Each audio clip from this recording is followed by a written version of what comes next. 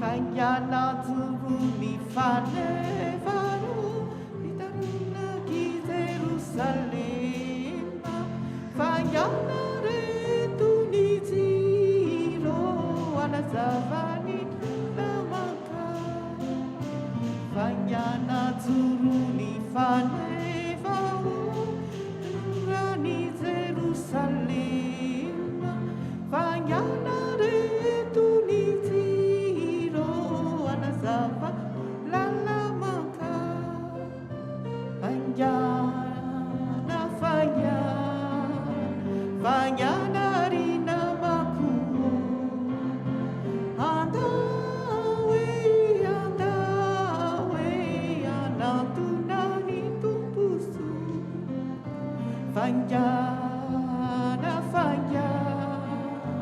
Fanyana rina maku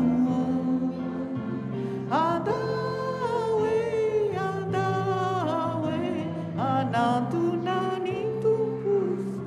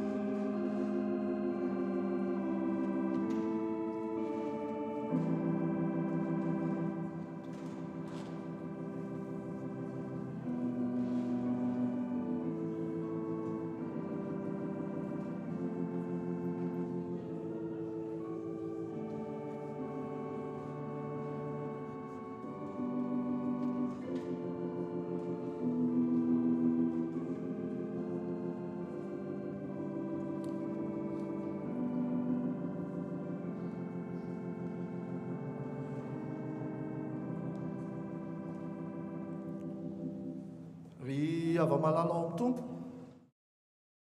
kariva miaona sy mandray anareo izay ato amin'ny sampana fifoazana ao amin'ny tranon'Andriamanitra amin'izao ora sy fotoana izao. Loha hevitra banjintsika androany dia manao hoe fiangonana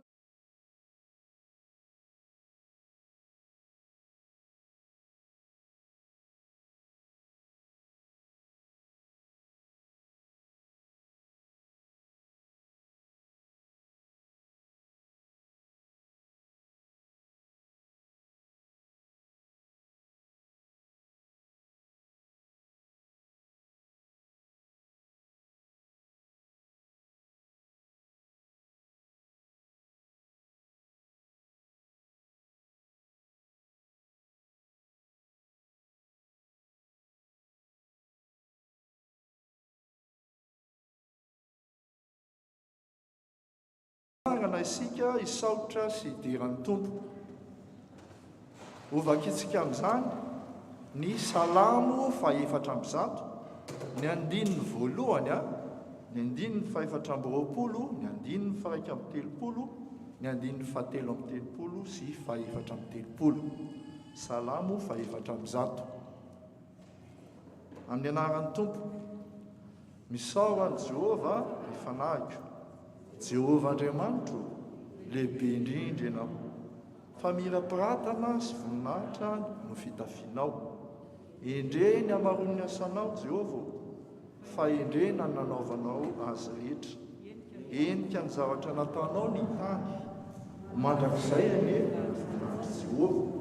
Aoka Jehova hifaly amin'ny asany. Hira ho an'i Jehova aho mba mbola velona koa. Ankalaza n'Andriamanitra aho mba mbola miaina. Omaniny ane ny fisainako azy, izao no hifaly amin'ny Jehova. Amen. Firana FFPM enina fitopolo sy roanjato andininy voalohany sy valo sy fatelo. Oh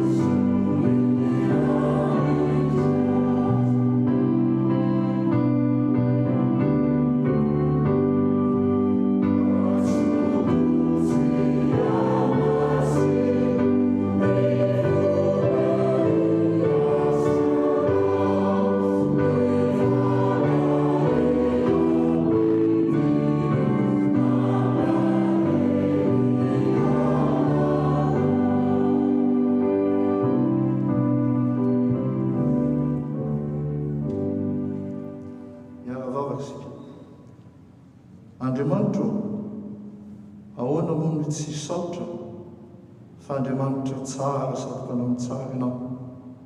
Andriamanitra mbola miantso anay zanakao fa te hiara hifaly aminay eto amin'izao tranonao izao ianao Andriamanitra. Tsisy avy aminay izany Tompo fa mbola famindrapo amin'ny Andriamanitra fitiavana anao. Ianao no omena voninahitra, ianao no ankalazaina ko manjaka Andriamanitra ary ahita ny voninahitra ao zahay amin'izao ora sy fotoana izao fa Andriamanitra mendrika tokoa ny hoderaina sy ankalazaina ianao. Dia inona moa Tompo no fanatitra tsara indrindra fa tsy izany fiderana fankalazana anao izany fa nehoana fa Andriamanitra ambonin'ny Andriamanitra rehetra ianao. Dia hofiny fiderana, hofiny fisaorana anao izahay amin'ny alalan'ny hira, amin'ny alalan'ny vetsovetsom-ponay rehetra fa Andriamanitra rainay ianao. Dia mametraka izao fotoana rehetra izao Tompo eo am-pelantananao dia hoderaina mandrakizay ny anaranao. Mena voninahitra ianao Sotra Jesosy. Amen. Mipetraka isika Tompo.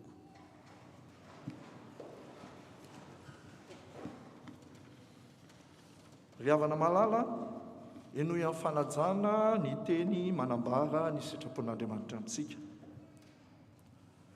Fa fahasoavana no namonjenanareo amin'ny finoana, ary tsy avy aminareo izany fa fanomezana avy amin'Andriamanitra, tsy avy amin'ny asa, fa ndrao isiriare, fa asany isika, voaforona tao amin'i Jesosy Kristy mba hanao asa tsara, izay namboarin'Andriamanitra rahateo mba handehanantsika eo aminy.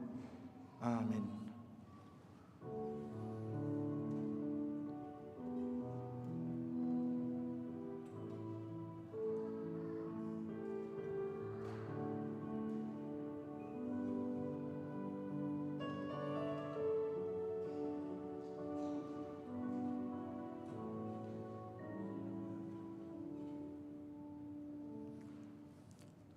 Ry havana, tsy nahatanteraka izany sitrapon'Andriamanitra izany isika, ko aoka hanantona ny Tompo hiaiky ny fahotantsika eo anatrehana. Hivavaka isika. Andriamanitro, tsy mitsahatra ianao no mampatsiahy anay ny planin'ny famonjenao. Tianao hiainana indray amin'izao taona vaovao izao. Fa fahasoavana tokoa no namonjena anay. Tsy arakaraky ny maha-izahy anay na ny toeranay na izay anananay eo amin'ny toerana ametrahanao anay izao, fa ianao ilay Andriamanitra iray no nidina tetỳ an-tany, nanaiky ho tonga olombelona ary nandatsaka ny rahanao ho fanavotana anay ary niakatra ny an-danitra ho fanamarinana anay. Eo anatrehan'izany anefa dia miantefa aminay na handray izany tokoa izay na tsy nandray, ary ny fandraisana izany dia amin'ny alalan'ny finoana. Tompo, asa natsapana izany.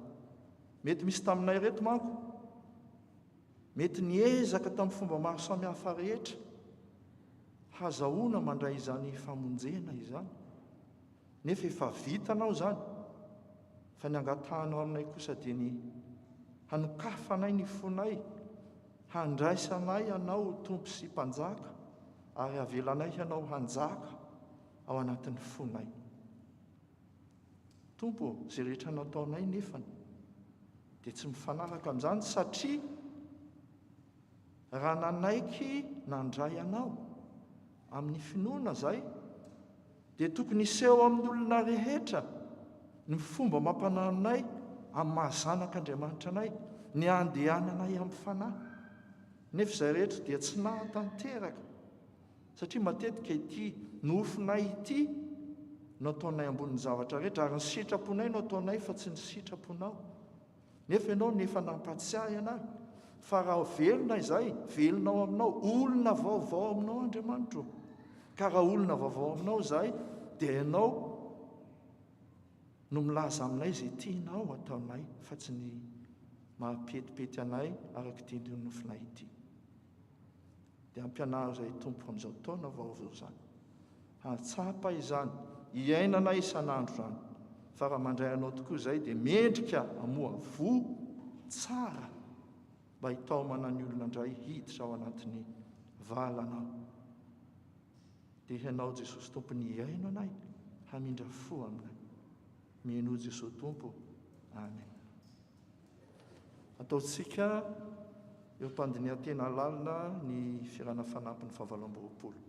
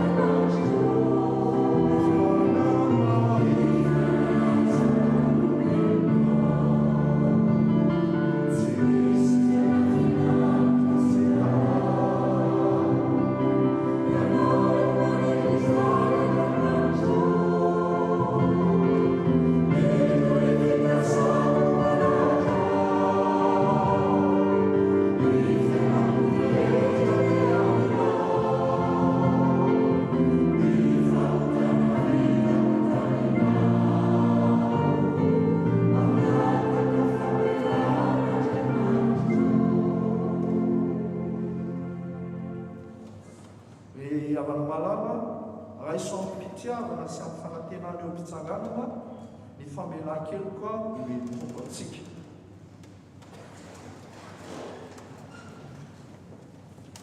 Hoy ny tompo, fitiavana mandrakizay no nitiavako anao, koa izany no namparetako ny famindrapo ho anao. Kristy izay tsy nahalala ota dia efa nataon'Andriamanitra ota hamonjy mba ho tonga fahamarinan'Andriamanitra ao aminy kosa isika. Voavela ny elokareo noho ny anaran'ny masina. Alleluia. Firana fifoazana faefatra amby roapolo sy telonjato ny andininy voalohany sy faharoa, isana andininy ny veriny indroa dia ny refrain koa miveriny indroa, dia ataontsika tena amin'ny fofeny fiderana no ny fandraisantsika an'izany famelan-keloka izany.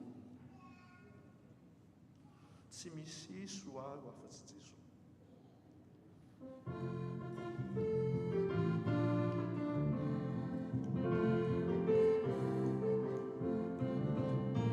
Tsy misy soaro afa-tsy Jesoa.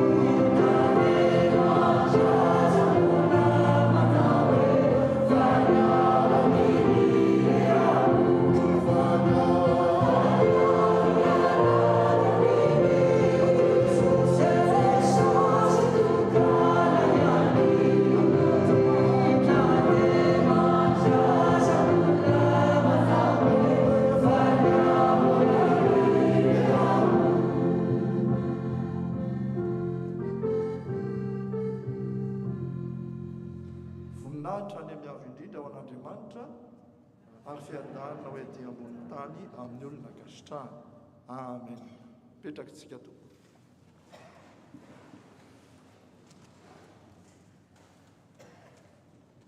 Izao isika dia tonga amin'ny fotoana ny sekolelady. Asa raha efa niomana ry zareo tompoko.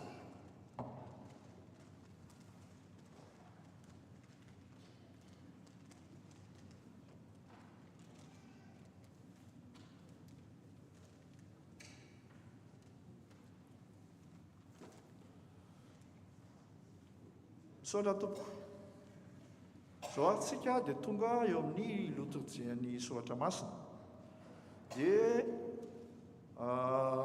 eo am-piakarana ireo izay mandray anjara na ny mivavaka alohan'ny vakiteny sy ny soratra masina, dia hira fifoazana fa 70 ny andininy voalohany sy faharoa no ataontsika ry fanahy masina ao ambony, dia isan'ny andininy miverina foana ny refrain miverina foana.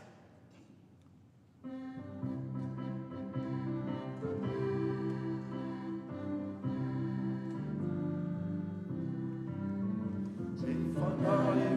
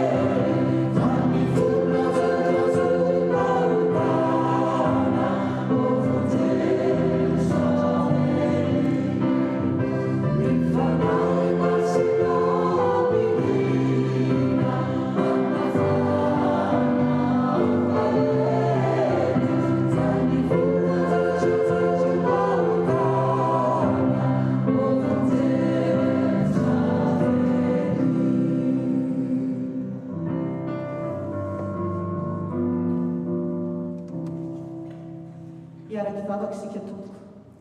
Misaotra anao indrindra izay ry Jehovah Andriamanitra rainay be fitiavana. Misaotra anao amin'ny alalan'i Jesosy Kristy tompo sy mpamonjy anay. Misaotra indrindra tompo noho ny famindramponao sy ny fahasoavanao ka mbola nomezanao anay izao fotoana izao ahafahanay hamaky sy haino ny teninao ary koa andre sy andray ny hafatra avy aminao. Ny teninao tokoa tompo no velona sy mahery maharitra mandrakizay. Ny teninao no mofinaina sy loharanony boboka ao anatinay ho fiainana mandrakizay. Koa mangataka indrindra ny herin'ny fanahinao masina izay tompo, hiasa mahery amin'ireo izay hamaky ny teninao sy hitondra ny hafatrao. Ianao Jesosy Kristy tompo no ametraka ny teny eo am-bavan'izy ireo. Ianao no anamboatra azy ireo mba ho fantsona madio kriana ny teninao izy ireo sy koa ho tany lonaka hitsiriana izany teninao izany. Izay vahoakanao izay hainy koa tompo, dia ny fanahinao masina anie no anokatra ny fo sy saina mampananay, ahafahanay andre tsara, hiaino tsara ary andray izay hafatra rehetra avy aminao, mba ho tonga fiainana ny anatinay izany, ka tsy ho mpiaino mpakatoa tsy mpiaino fotsiny ihany izay fa ho mpiaino mpakatoa ka andesy velona mandrakariva araka ny sitraponao. Dia izay rehetra mety ho fanelingelenana tsy ahafahanay hiaino andray ny teninao tompo, dia didina sy roana amin'ny anaranao Jesosy Kristy. Dia mitenena ary tompo ankehitriny fa voninkaino anao izay mpanomponao. Amin'ny anaratsinao Jesosy Kristy ilay teny tonga nofona anaovanay izany vavaka izany. Amen.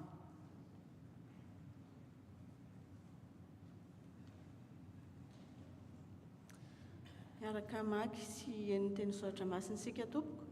Izany ary dia hitantsika ao amin'ny Ezaï toko faha-efapolo andininy voalohany ka hatramin'ny faha 1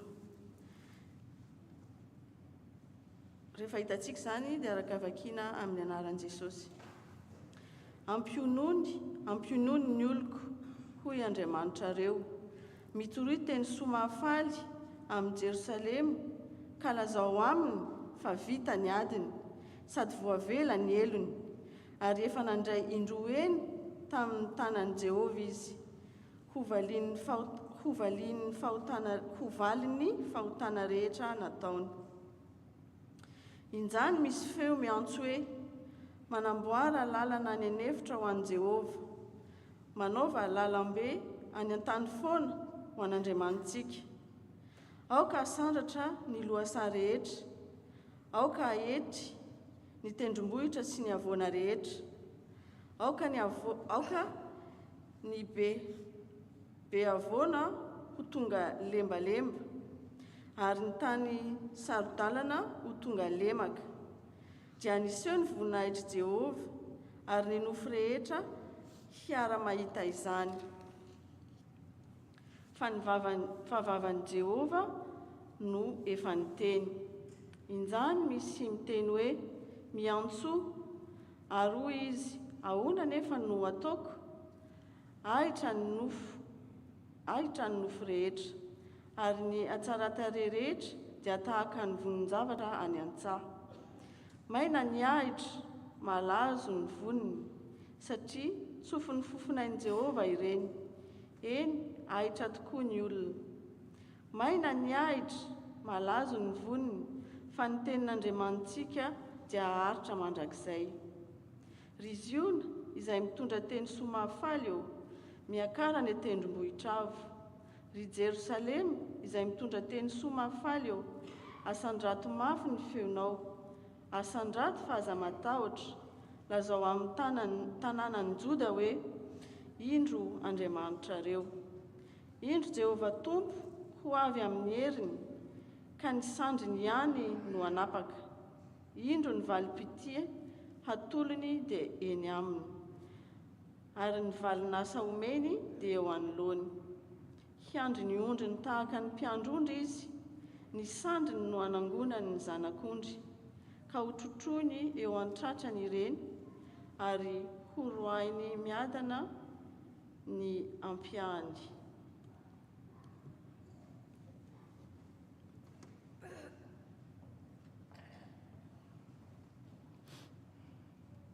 Nous poursuivons la lecture de la parole de Dieu dans l'épître de Paul à Tite, chapitre 2, du verset 11 à 14, que nous poursuivons après au chapitre 3, du verset 4 à 7, que nous lisons au nom de Jésus. La grâce de Dieu, source de salut pour tous les hommes, a été manifestée. Elle nous enseigne à renoncer à l'impiété, au désir de ce monde, à vivre dans le siècle présent d'une manière sensée, juste, pieuse, en attendant la bienheureuse espérance et la manifestation de la gloire de notre grand Dieu et Sauveur, le Christ Jésus. Il s'est donné lui-même pour nous, afin de nous racheter de toute iniquité et de se faire un peuple qui lui appartienne, purifié par lui, zélé pour les œuvres bonnes.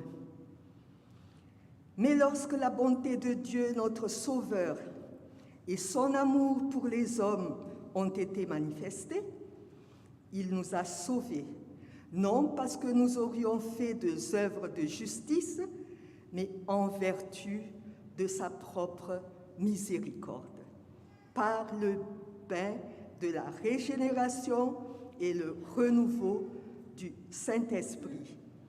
Il l'a répandu sur nous avec abondance par Jésus-Christ. Jésus-Christ notre Sauveur, afin que, justifiés par sa grâce, nous devenions héritiers dans l'espérance de la vie éternelle.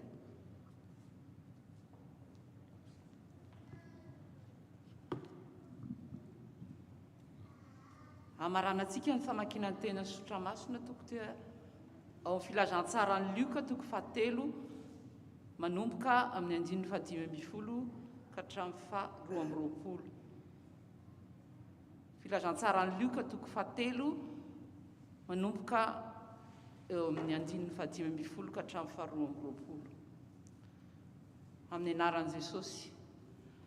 Raha mbola niandro ny olona ka samy nieritreritra ny jaonina taompony na izy no Kristina tsy dia hoy jaonina tamin'izy rehetra, izao dia manao batisa anareo amin'ny rano, fa avy izay mahery noho izao ka tsy mendrika many fehi-kapany akory azy aho. Izy no hanao batisa anareo amin'ny fanahy masina sy ny afo. Eny an-tanana ny fikororoany anadiovany tsara ny ao am-poamilony ka hanangona ny vary ho ao amin'ny sopiny, fa ny akofa sy ny mololo dia hodorany amin'ny afo tsy azo vonoina. Fananarana maro hafa koa no notoriany tamin'ny olona, fa Heroda mpanapaka no nanariny jaonina noho ny amin'ny Herodiasy vadiny ralahany sy ny ony ratsy rehetra izay nataony, dia nanidy any jaonina tao an-tranomaizina ho fanampin'izany rehetra izany koa. Rehefa natao batisa ny vahoaka rehetra, ary Jesosy koa efa natao batisa sy ny vavaka, dia nisokatra ny lanitra, ary ny fanahy masina nidina teo amboniny, ka ny endriny dia tahaka ny voromailala, dia nisy feo avy tany an-danitra hoe, ianao no zanako malalako izay sitrako. Isaorana ny Tompo noho ny filazantsara. Amen.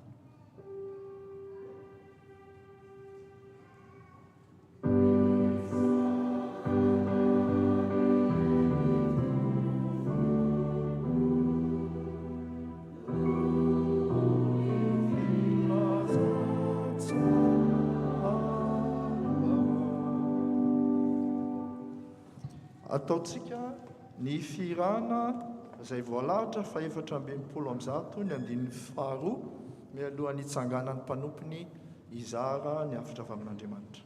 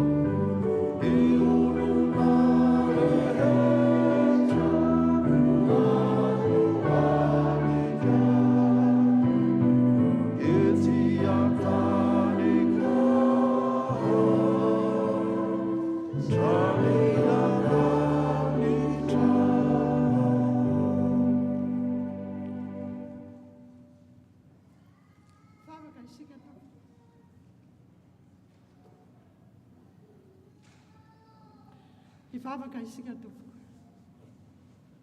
Misaotra anao izahay ry Andriamanitra ray sy zanaka ary fanahy masina ao. Andriamanitra iray marina hatramin'ny taloha indrindra ka ho mandrakizay ianao. Andriamanitra mijery anay amin'ny fahasoavanao. Andriamanitra mamindra fo sy miantra ary mbola manangona anay ankehitriny handre ny feonao.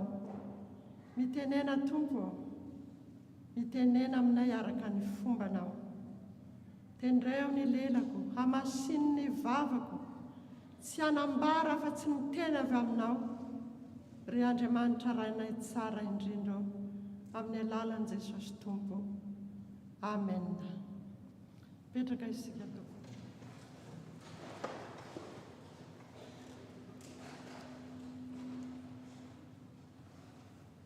Mbola ampitomboana aminareo anie ry fiangonana malala ny fahasoavana sy ny fiadanana avy amin'Andriamanitra ray sy Jesosy Kristy Tompontsika. Ny perikopa anjarantsika androany dia naorina amin'ny andininy ao amin'ny Titosy toko faharoa dia ny andininy faha 2:10 manao hoe amin'ny anaran'i Jesosy, fa efa miseho ny fahasoavan'Andriamanitra izay famonjena ny olona rehetra. Fa efa miseho ny fahasoavan'Andriamanitra izay famonjena ny olona rehetra. Misy texte telo no jerena no vakiana tamintsika teo, ary rehefa nanaraka azy teo dia mazava tsara ilay tenin'Andriamanitra. Rehefa namaky ny Isaia tsika dia raha ohatra zao vakiantsika ny Isaia jerena ny 1 amin'ny Isaia 40 dia izay fahasoavan'Andriamanitra zay no ambarany eo. Fa rehefa miteny mantsy izy hoe ampionony ny oloko, hoy Andriamanitra reo, mitority ny somafaly amin'ny Jerosalema ka lazao aminy fa vita ny adiny. Ity Isaia 40 anjarantsika ity dia ny lohateny azo omena azy dia izao hoe Andriamanitra manolotra fanavotana ho an'ny olona, izany hoe ilay zanak'Israely miverina avy any amin'ny fahababoana. Izay no faminaniana omeny Isaia eto, dia ambaran'Andriamanitra aminy fa vita ny adiny ary tonga ny fanavotana. Ampionony izy, ampionony, hoy Andriamanitra reo. Ny fahasoavan'Andriamanitra kosa dia ambarany eo amin'ny andininy tapany faharoa eo. Izao nambarany eo hoe sady voavela ny elony ary efa nandray indroa eny tamin'ny tanan'i Jehovah izy ho valy ny fahotana rehetra nataony. Magaga ilay perikopa hita ny fiasan'ny fanahy mason'Andriamanitra ao anatin'ireo olona izay mandahatra izao perikopa izao. Dia hoy izaho hoe rehefa mamaky an'ireo texte ireo dia vita ilay toriteny. Mamaky ny Isaia ianao, azavainy ny asan'ny Jaona, azavainy any amin'ny Timoty hoe inona ny dikan'izany hoe lazao izy fa vita ny adiny, lazao izy fa afaka ny elony, voavela ny elony, lazao izy fa efa nomena azy indroa iny tamin'ny tanan'i Jehovah ho valy ny eloka nataony ny fahotana rehetra nataony. Vita ilay texte telo dia voafona ao anatin'izay. Dia azavaina eo ny misionan'ny Jaona. Rehefa mamaky ny filazantsara ny lioka isika dia mahita hoe nanana misiona izay efa voafaritra tany amin'ny faminaniany Isaia tany Jaona mpanao batisa. Izay no ambaran'izao lioka toko 7 anjarantsika izao. Fa raha hijery ny tapany voalohany amin'ny Isaia tsika hoe manahoana ilay fahasoavan'Andriamanitra izay anoloran'Andriamanitra fanavotana ho an'ny olona. Izay mantsy ilay atao hoe fahasoavana. Matetika moa dia miteny foana tsika fahasoavan'Andriamanitra, ny fahasoavan'Andriamanitra takany Paoly ka. Paoly anie dia izay no nataony ny fahasoavan'Andriamanitra no mahatoy izao I Paoly izay nanenjika ny fiangonana, I Paoly izay tao anatin'ny fankahalana tanteraka nyreto apôstôly reto. Izay ilay fahagagana nataony fahasoavan'Andriamanitra. Dia I Paoly no vavolombelona amin'izany. Tokony izay izao no teneniko any amin'ny farany satria izay izany no vavolombelona, izay no vokatry ny asan'ny fahasoavan'Andriamanitra. Fa efa voambara ilay izy dia azontsika amin'izay izany hoe ahoana tsara moa izany ilay fahasoavan'Andriamanitra. Fa ny fahasoavan'Andriamanitra no fototra, izay izany tsara tadiditsika, ny fahasoavan'Andriamanitra no fototra iorenan'ny etika kristianina. Etika kristianina dia izao hoe ny fitondran-tenako sy ny fitondran-tenanao. Amin'ny mahazanak'Andriamanitra antsika dia io fahasoavan'Andriamanitra io no fototra iorenan'ny fiainako sy ny fiainanao. Izay ilay izy, ary mahanao zava mahagaga. Izay lazaiko hoe Paoly ny vavolombelona amin'izany, ary tsy mahagaga izy raha mideklare rentany ren-danitra fa ny fahasoavan'Andriamanitra no mahatoy izao ahy. Ary izay no nakatsika n'izao no ahevitra izao hoe fiangonana mandeha amin'ny fahasoavan'Andriamanitra. Raha mahita resy lahatra ny asan'ny fahasoavan'Andriamanitra tao an'ny Paoly isika, nahoana moa izy ny tsy hanao zava-mahagaga amintsika koa? Manao izany Andriamanitra, manao izany Andriamanitra. Ary ho hitantsika eo, inona ary ny asan'ilay fahasoavan'Andriamanitra?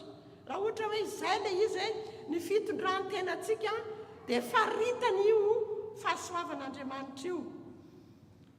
Io fahasoavan'Andriamanitra io izao mantsy ny tena zavatra mahavariana hoe izay ilay fahasoavan'Andriamanitra izay midika inona moa izay, inona ny tena dikany? Ny dikany fototra dia izao hoe Andriamanitra manatona ny olona tsirairay tsy akanavaka. Manatona ny olona tsy akanavaka Andriamanitra. Inona ny ataony amin'izay? Manome famelan-keloka maimaim-poana izy, manome famonjena maimaim-poana izy. Raha tany amin'ny fanekena taloha, tany amin'ny testamenta taloha, dia hitantsika hoe Andriamanitra manatona any Mosesy, any Jeremy, any Isaia, any David, any Solomona. Izany misy efa olona fidian'Andriamanitra ao hatony ny resahany. Fa rehefa ty amin'ny fanekena vaovao dia manatona ny olona rehetra tsy akanavaka Andriamanitra ry havana. Ary ao anatin'izany izaho sy ianao,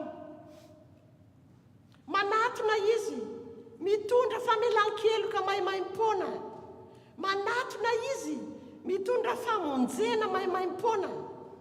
Ary io tsy hainy fivavahana hafa io, tsy hainy io, ny fivavahana vokarin'ny olona, ny fivavahana ankoatra ny kristianisma, ny filazantsara tsy mahay an'izany.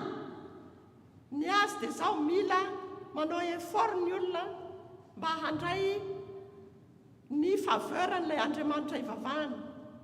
Mila mikaroka manao an'izay azony atao rehetra manatona ilay Andriamanitra ivavahana.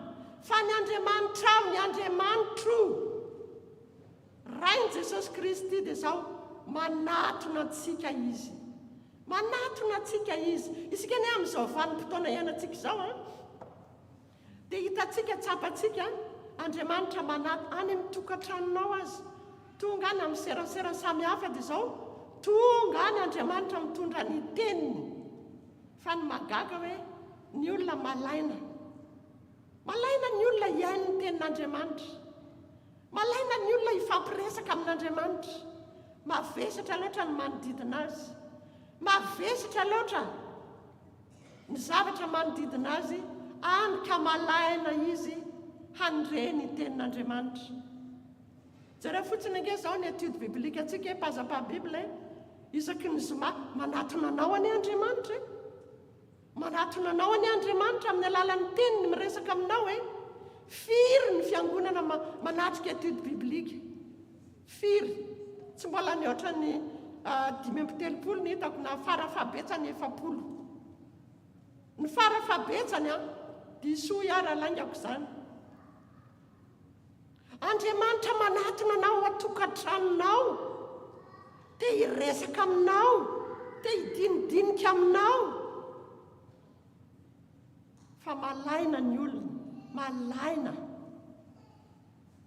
Ary izay nahitantsika fa efa miroso amin'ny andro farany isika, miroso amin'ny andro farany. Ary tsy magaga Andriamanitra raha mampatsiaro antsika hoe manatona anay izy, mitady anay izy, olona hovonjeny, olona hiain'ny teniny, olona ankatoa azy. Raha ambara izao fahasoavan'Andriamanitra izao dia izao manao asa mahagaga amin'ny fiainantsika Andriamanitra. Inona ny zavatra mahagaga ataony fahasoavan'Andriamanitra? Io fahasoavan'Andriamanitra io dia manefy antsika, manamboatra antsika. Hitantsika ny izany ao amin'ny Titosy, manomboka amin'ny 2:12 eo rehefa miteny izy amin'ny voalohany amin'ny 2:12 fa efa miseho ny fahasoavan'Andriamanitra izay famonjena ny olona rehetra. Dia maninona ilay fahasoavan'Andriamanitra? Mampianatra antsika handahy izay toe-panahy tsy araka an'Andriamanitra sy ny filany izao tontolo izao, ary ho velona amin'ny oniny sy ny marina ary ny toe-panahy araka an'Andriamanitra amin'izao fiainana ankehitriny izao. Izay ilay Andriamanitra manamboatra sy manefy, ary io fahasoavan'Andriamanitra io, izay ny asany, izay ny asany, izay ny naniran'Andriamanitra ny Jaona mpanao batisa, hanomana ny fon'ny olona, hanomana ny fon'ny olona izay ambarina ao amin'ny Isaia. Aoka ny avoana ho tonga lembalemba. Inona moa le avoana? Le avoana lazaina, le fotsika feno avonavona, feno avonavom-po. Ahoana moa no andraisantsika tenin'Andriamanitra? Raha ny avonavona ny mameno ny fotsika, raha ny fireharehana ny mameno ny fotsika, aiza no hitoeran'ny tenin'Andriamanitra? Raha ny fanamarinany tena ny mibanao ny fotsika, tsy manana toerana intsony ny tenin'Andriamanitra. Dia ny ran'Andriamanitra Jaona andahana aloha omany ny fon'ny olona, nitory ny fibebahana Jaona mpanao batisa. Ary rehefa mibebaka ny olona, miaiky ny fahotany, miverina amin'Andriamanitra, dia hatao batisa. Izay ilay fahasoavan'Andriamanitra, manova ny fon'ny olona hatrany amin'ny aty fony, any amin'ny lalina indrindra. Izay ilay fahasoavan'Andriamanitra, manefy, manamboatra. Io fahasoavana io zany dia mitaiza antsika koa ny fahasoavana. Dia izay natao inona moa tsika? Dia izay na isika mba ho tonga amin'ny fankatoavana an'Andriamanitra. Dia izay no fahasoavan'Andriamanitra io isika. Tsy mandehandeha ho azy ane ry havana, izany atao hoe zanak'Andriamanitra izany. Ary nisy fotoana nitory-teny hoe tsy maintsy miavaka ny zanak'Andriamanitra sy ny zanaky ny devoly. Tsy maintsy miavaka. Fa raha samy mitovy ihany dia matetika ny olona zao any mety manao fety, tsy haintsony. Fa ianao maninona no manoka tena mipetraka eto? Misy antony eo. Misy antony eo. Mila miavaka ny zanak'Andriamanitra. Tsy mora ny mandeha miaraka amin'Andriamanitra. Fa io fahasoavan'Andriamanitra io no mitaiza, manamboatra, manefy antsika. Mba ninona? Mba ho tonga amin'ny fankatoavana an'Andriamanitra isika. Mba ho tonga amin'ny vonona tsara, amin'ny asa tsara. Indray ary tsika izao, inona le asa tsara? Ny asa tsara, tsy asa soa ny resahana, asa tsara. Ny asa tsara ny feno ny fahasoavan'Andriamanitra antsika, dia ny ahatonga antsika ho babony filazantsara, ho babon'Andriamanitra ny fotsika. Haka tonga antsika hiny tanteraka fa Jesosy ny Tompo sy Kristy, ary mandray ny asa mpamonjena nataon Jesosy. Izany no anefeny ny fahasoavan'Andriamanitra antsika amin'ny alalan'izany ihany. Izay ihany ny lalana ahafahantsika miavaka amin'ny zanaky ny devoly, satria amboarina isika, tefena isan'andro. Ary izay ilay batisan'i Jesosy.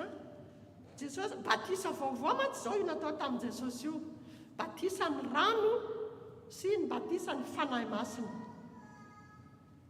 Natao batisa Jesosy dia nisokatra ny lanitra, nidina ny fanahy masina, ary nanao déclaration mihezinezin'Andriamanitra.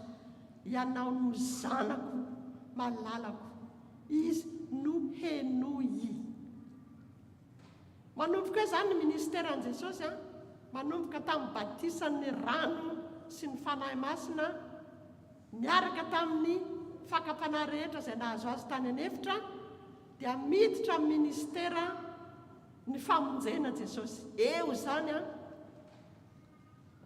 ilay asa mpanavotana aniran'Andriamanitra azy manomboka ny ministèran'izy. Ary izay ilay fahasoavana. fa io batisa ny fanahy masina natao tamin'i jesosy io a dia izy no mpanao batisa amin'ny fanahy masina nambarany jaona ane zany e nambarany jaona zany naneo ny fahalebiazan'i jesosy izy rehefa nysaintsaina ny olo hoe ary tena ahoana raha momba ny jaona io e io ve zany le andrasana le kristy sa ahoana fa jaona kosa nanambara hoe tsy izano izy fa lay avy ao ariko tsy mendrika na dia amany fehikapany akory azy mampiseho ny fahalehibean'i jesosy izy mampiseho ny heriny jesosy izy ary ao anatin'izany rehetra zany a dia ny validen'andriamanitra izany andriamanitra ny validen'izay rehetra nambarany jaona izy no zanako malalako izay sitrako izy no ianoiny raha mbola misalasala ianao dia vakio foana io lioka io a vakio ny déclaration'andriamanitra mba ho resy lahatra ianao fa andriamanitra ane io jesosy io e andriamanitra ane tonga amonjy ane jesosy kristy ry avako e sao dia voany vakam-panahy ianao miteny hoe sy tantaran'olona ihany zany ohatran'ilay superman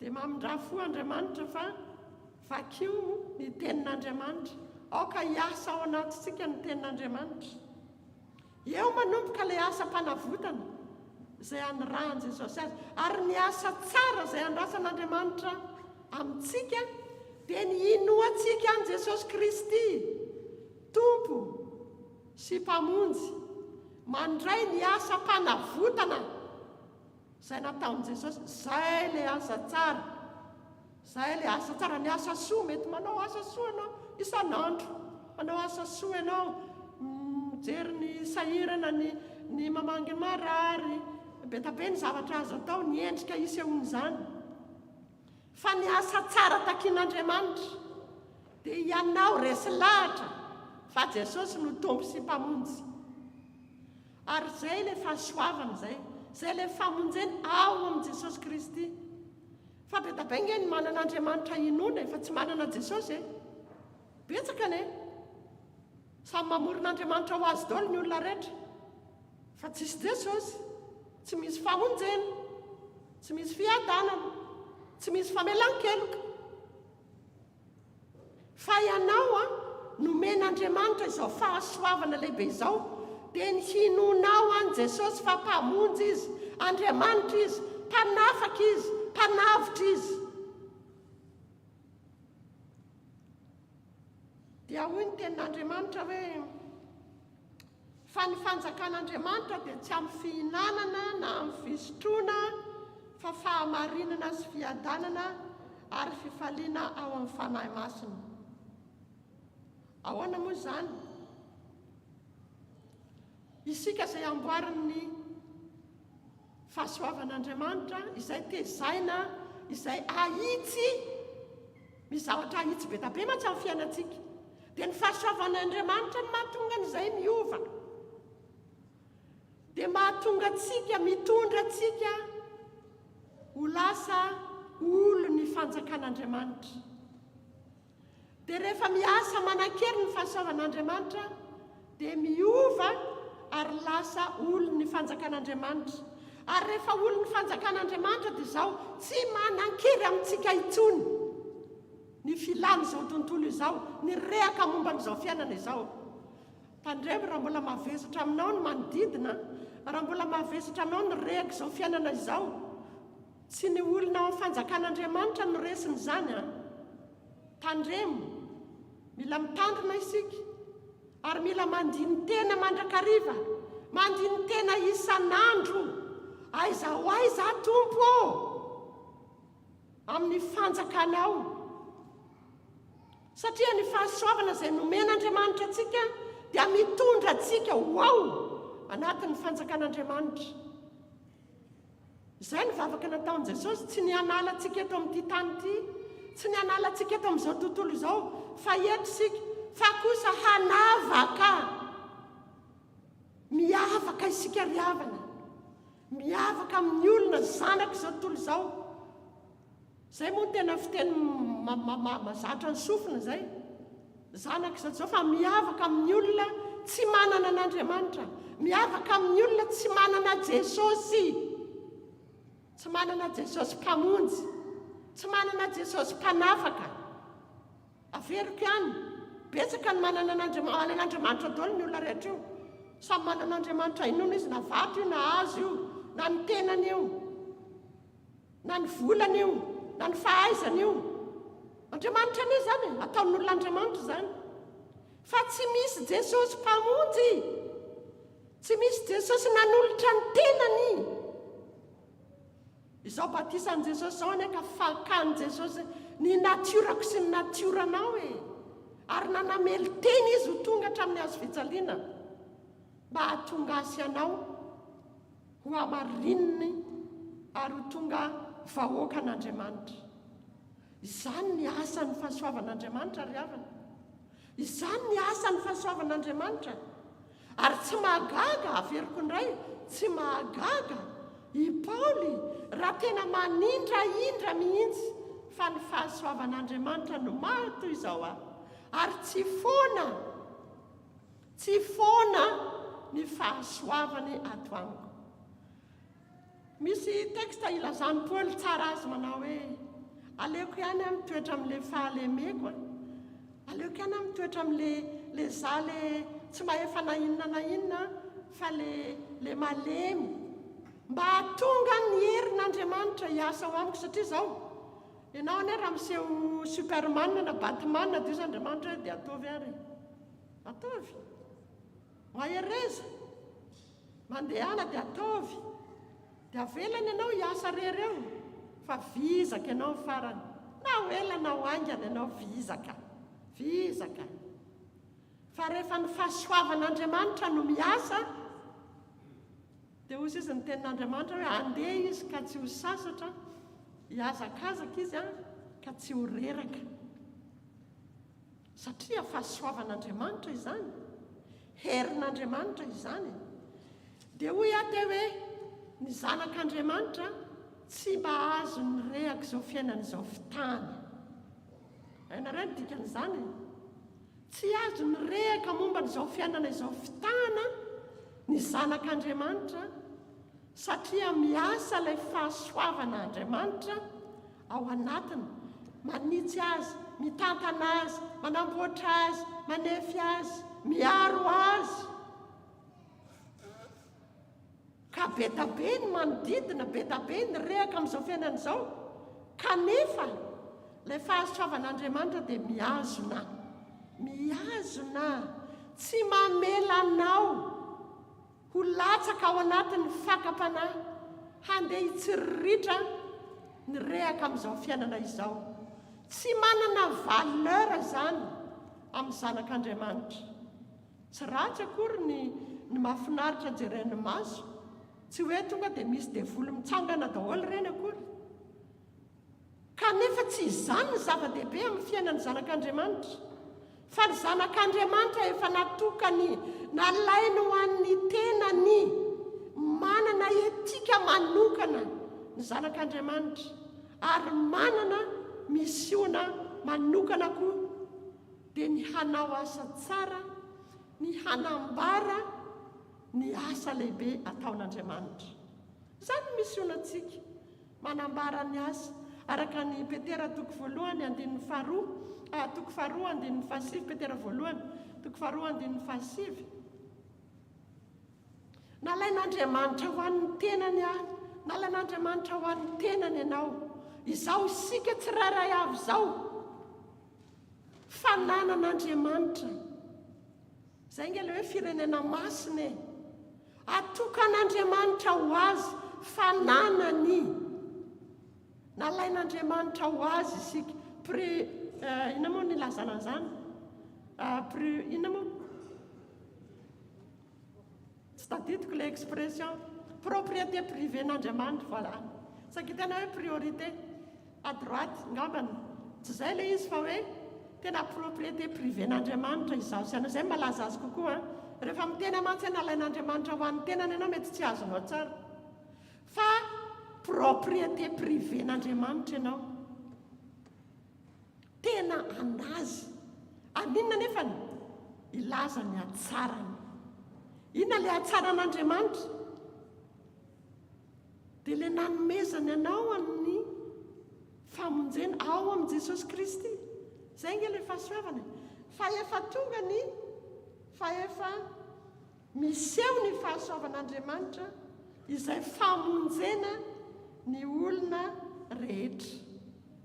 Ao amin'i Jesosy Kristy no iainana izany famonjen'Andriamanitra izany. Satria matsy misy kristianina tena mihinan'Andriamanitra izy. Rehefa miresaka Jesosy ianao dia mangididy ny lohany. Nefa izy miteny hoe kristianina, dia nefa izy miteny hoe zanak'Andriamanitra, dia mangididy be ny lohany rehefa miresaka Jesosy ianao. Sanatriany mba tsy ho amintsika izany ry havana. Sanatriany e. Fa raha nalain'Andriamanitra ho an'ny tenany izasy anao, dia ny anambara ny atsaran'Andriamanitra naninona? Ilay nanalantsika tao amin'ny maizina ho amin'ny fahazavany mahagaga. Tsara ne izany ry havako e. Tsara ne izany e. Rehefa mieritreritra an'io Petera voalohany toko 2:7 dia tena ohatrany hoe tonga dia feno fedanana be ny fo.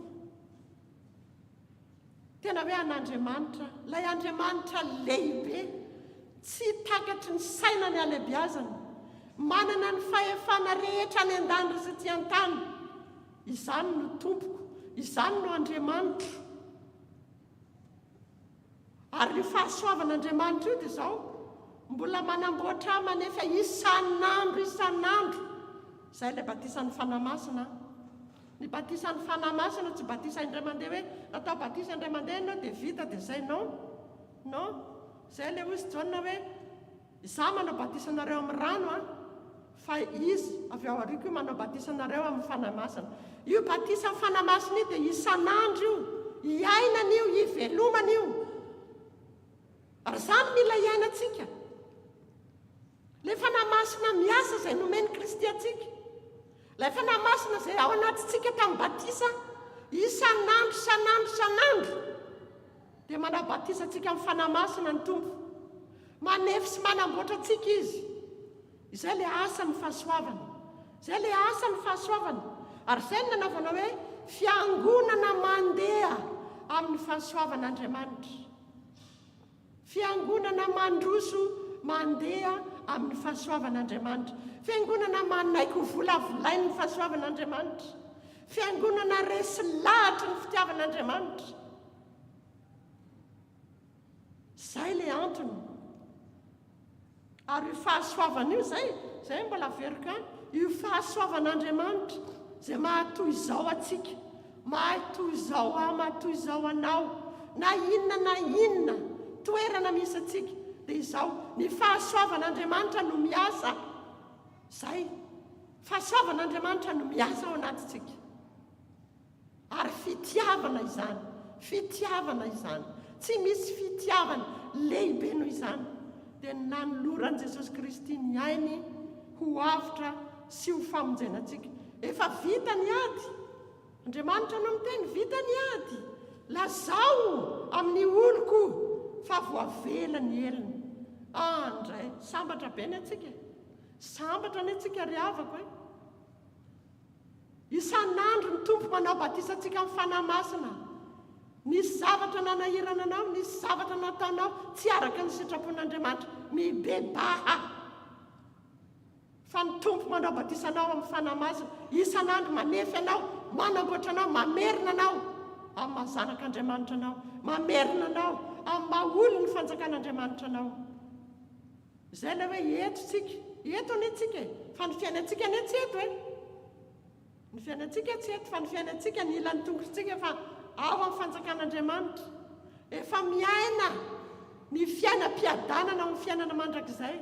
Izay tsy hanana ny fahotana hery amintsika.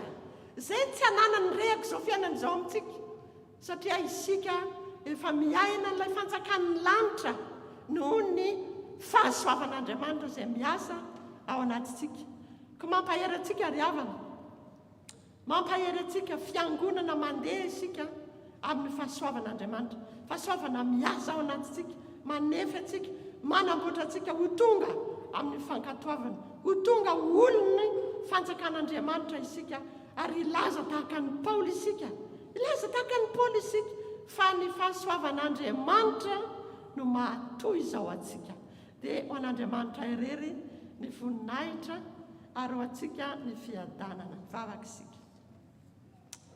Saotranao izahay ry tompo andriamanitra eo, misaotra anao fa tsy nafeninao anay indray tamin'ity androany ity, fa andriamanitra mbola miasa ianao ary mbola hiasa ianao mandra-piverinao Jesosy eo eny amin'ny rahony lanitra, manefy anay, manamboatra anay, mitondra anay ary mitantana anay mba ho tonga zanaka mpankatoa, mandova ny fiainana mandrakizay ao aminao, ary efa hivelomanay ankehitriny izany no ny asa ny fahasoavanao miasa manan-kery ao anatinay.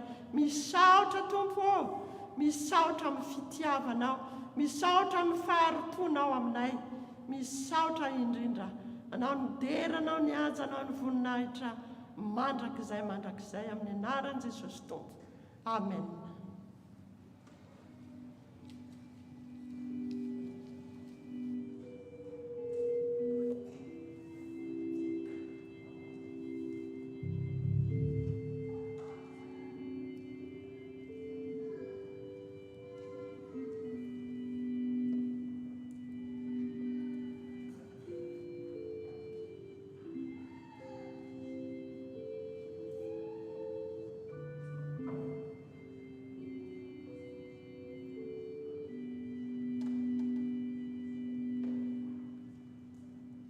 Dia mangataka ny antoko-piritsika anao ny hira anjarany.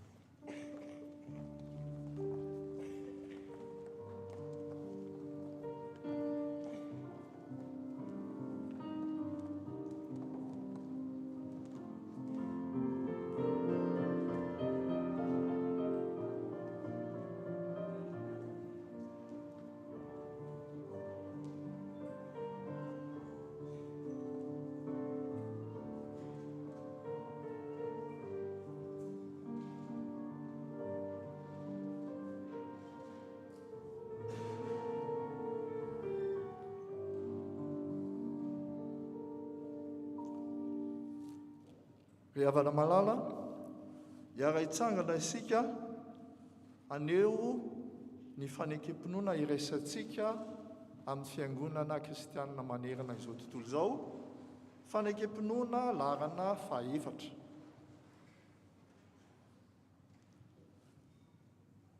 Manambara ny finoantsika any Jesosy Kristy isika, dia araka ny teny nataon'ny Jaona mpanao batisa hoe: indro ny zanak'ondron'Andriamanitra izay manaisotra ny fahotahan'izao tontolo izao. Sy araka ny teny nataon'ny Andrea hoe: efa nahita ny Mesia izahay. Sy araka ny teny nataon'ny Natanaela hoe: Rabi, ianao ny zanak'Andriamanitra, ianao ny mpanjakan'Israely. Sy araka ny teny nataon'ny Samaritanina hoe: itenanay no nandre ka fantatray fa izy tokoa no mpamonjy izao tontolo izao. Sy araka ny teny nataon'ny Petera hoe: ianao ny Kristy, zanak'Andriamanitra velona, ianao no manana ny tenin'ny fiainana mandrakizay. Sy araka ny teny nataon'ny Tomasy hoe: Tompoko sy Andriamanitra. Amen. Petraka isika.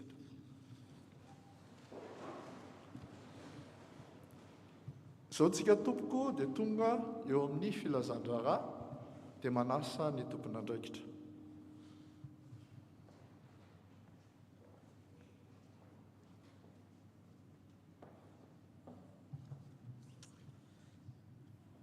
Mbola faly miaraba antsika indray amin'izao alahady faharoa ny volana janoary izao, dia mamerina ny araba na hatrany na hatratra ny taona vaovao 2024 ho amintsika hatrany anie ny fahasoavana sy fiadanana avy amin'ny Jesosy Kristy tompontsika.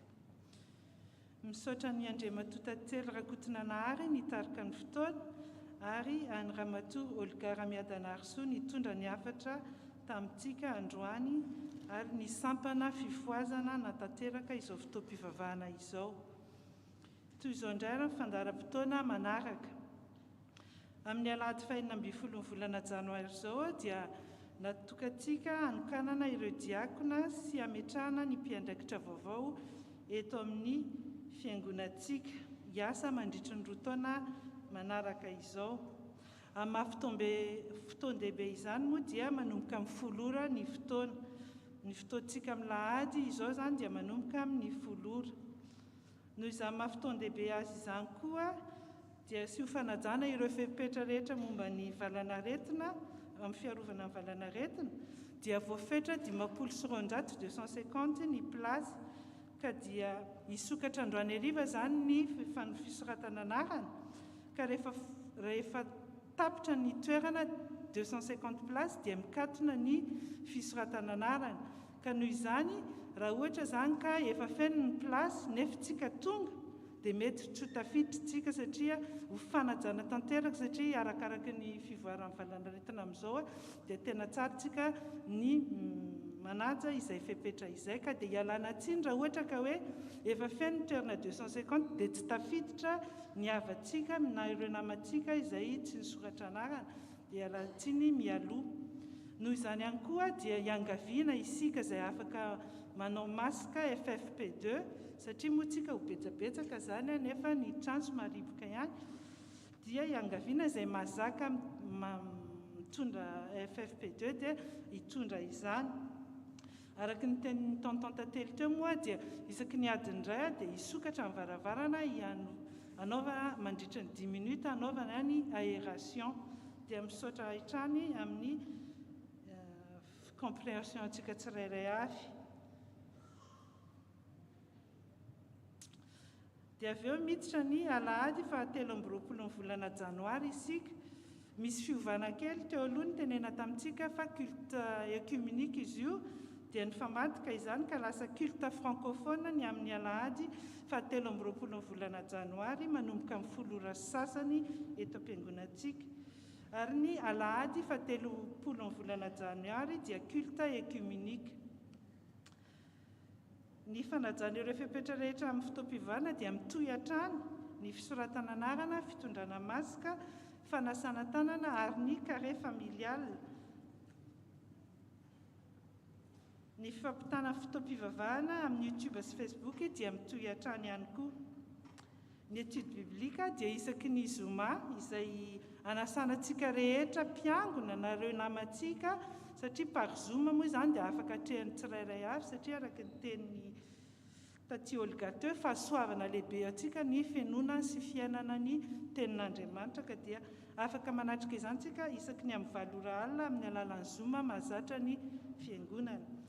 Ny fotoam-pifoazana dia isaky ny asabotsy maraina amin'ny valora sasany eto am-piangonana. Ny sekoly alahady sy ny katekomena kosa dia isaky ny amin'ny sivora maraina isaky ny alahady. Vaovao avy amin'ny sampana SVK. Iangaviana mba hijanona ny sampana vehivavy kristianina orinan'ny fotoam-pivavahana izao fa androany no anaovana tanterana ny fanavaozana amin'ny biro iasa mandritry ny 2 taona biro SVK. Marena any koa moa fa mitoetra ny forme responsable izay tsika mpiandraikitra rehetrarehetra ka amarino ny amin'ny asabotsy izao ny toy ny fampianarana ka dia ny andindindy alefa mailaka amintsika aoriana ihany. Filazana manjo. I tompon-kilaira Jonarivo Martin dadajao dia iray niteraka ny fidy dia lasa nodimandry tamin'ny talata ny alarobia 5 volana janoary teo. Hoy ny vadiny Ramaria Velo Victoire ny zanany Fitzbodo Andriamasinarivo ny fianakaviany Reamantolo ary ny fitandrina sy ny fiangonana FPVM Bethesda Marseille ny mpitandrina sy ny fiangonana FPMA ex Marseille. Miara mifaly azafady indrindra andriny amin'ny fiadananao ka atory avy hatrany satria ianao irery tompo no nampitoetra ahy tsy manana ahy salamo fa 4 toko fa 9 fa 9. Araka ny fangatahan'ny fianakaviana moa dia nitanterana omaly tamin'ny 3 ora tolakandro ny famanginy fiangonana tao amin'ny crématorium chemin Château Perrin 13 500 Martigues ialana tiny ho andreo izay tsy tratrantso. Aoka hitondram-bavaka trany ny fianakaviana isika. Filanazana manjo faharoa. Amin'ny alahelo no ampandrenesanay ny fiangonana fanatsony ray ody any aminy tompoko vavy Ravelo Arsoa Albertine, zokin'ny dada vavy Matoa ny alakamisy 1 janoary teo rehefa napindraminy anay ny nandritry ny 7 taona teto an-tany. Mbola tsy fantatra treto ny fandevenana mangataka vavaka fampahirezana tompoko Mirarisoa Randrianandrasana miora ao amin'ny sampana Amafi. Filazana manjo fahatelo. Amin'ny finoana sy fanantenana ny fitsanganan'ny tena maty no ampandrenesanay anareo ny nafatesana Andry tompoko vavy Raharomanana Ratsiatotsika Delphine Madeleine dia natsony ray ody any aminy ny talata 4 janoary teo rehefa avy ny fampizara fitiavana taminay nandritry ny 17 taona. Hoy ny vadiny Andriamanambelo Fidèle ny zanany Andriamanambelo Zo Andry Luka Sirina ary ny zafiny Soanitra Sluki ny famangina ny fianakaviana tanterana rehefa tavaverina avy any an-tanindrazana izy ireo. Aoka tsy arambavaka trany ireo fianakaviana isika. Ny famangina moa zany dia atao androany, misy famangina 3 zany dia famangina ny fianakaviana Razafitsambaina Robin izay namoy ny reny niteraka azy azafady indrindra ary any Miora Randrianandrasana izay namony Ranabavindrainy ary any Ria Randriamalala izay namony ray niteraka azy. Filazana fanokanana ho mpandray ny fanasan'ny tompo. Rehefa natao ny dinika dia ho raisina amin'ny alahady 12 volana janoary izao zatovovavy Razafy Maefa Anika Tiana Michel ka iangaviana izy hitsangana raha ao tompoko. izy moa dia tsy eto amintsika fa mbola ny Grenoble Bordeaux. Fanolorana batisa.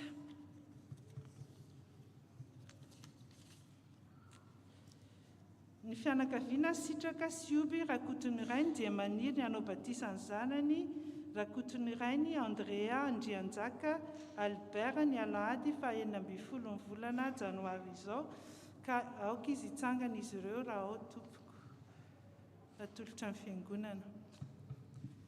Dia ny Andriamanitra be fitiavana ny natanteraka ny sitrapony izay fikasana tsara ao aminareo izay dia misaotra tompoko. Aoka samy mitondra mbavaka izany fikasana fanolorana ho an'ny mpandray fanasan'ny tompo sy batisa izany any koa isika rehetra. Toy izao izany no fandaminana rehefa avy eo satria androany koa dia natokantsika andraisana an'ireo mpiangona avantsika vaovao ka atomboka mifamangina manjoa izany avy eo mifamangina ray aman-dreny 70 taona miakatra izay mbola tsy vita tamin'ny heriny ho an'ireo izay mbola tsy voarava tamin'ny heriny ary avy eo ny fandraisana ny mpiangona vaovao. Toy izao raha nirakitra tamin'ny asabotsy voalohany volana janoary teo rakitra 364,20 ary tamin'ny alahady faharoany volana janoary rakitra 448 €, ezaka trano 198,50 €, fandraisana 205,10 €, adidy 445 € ary ny rakim-pisaorana 200 €. Dia misaotra tompoko fa izay ny vaovao eto amin'ny tafitsika ary entanina hatranintsika amin'izao taona vaovao izao anao ny souscription amin'ny ezaka trano satria mbola maro ireo vola tokony ho alohantsika sy angonitsika amin'izany ary ny ekipa finance vonina trano ny andray ny adidy sy ny don avy amintsika dia n'Andriamanitra irera ny voninahitra misaotra tompoko. Ny famangina moa atao aoriana ny rakitra misaotra tompoko.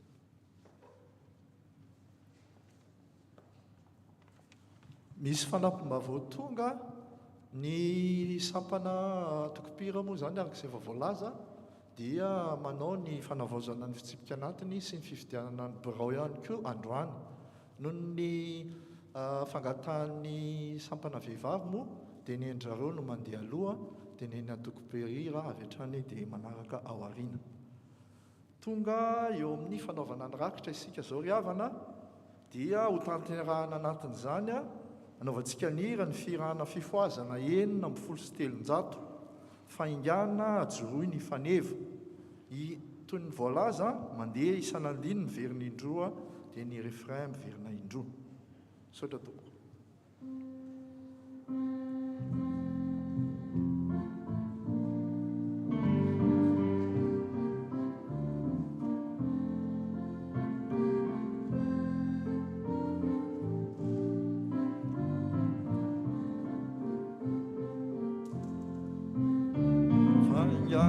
Zuluni fanevare etanurani Jerusalema fayalare tuniziro anasavani lalamaka fayana zuluni fanevare etanurani Jerusalema fayalare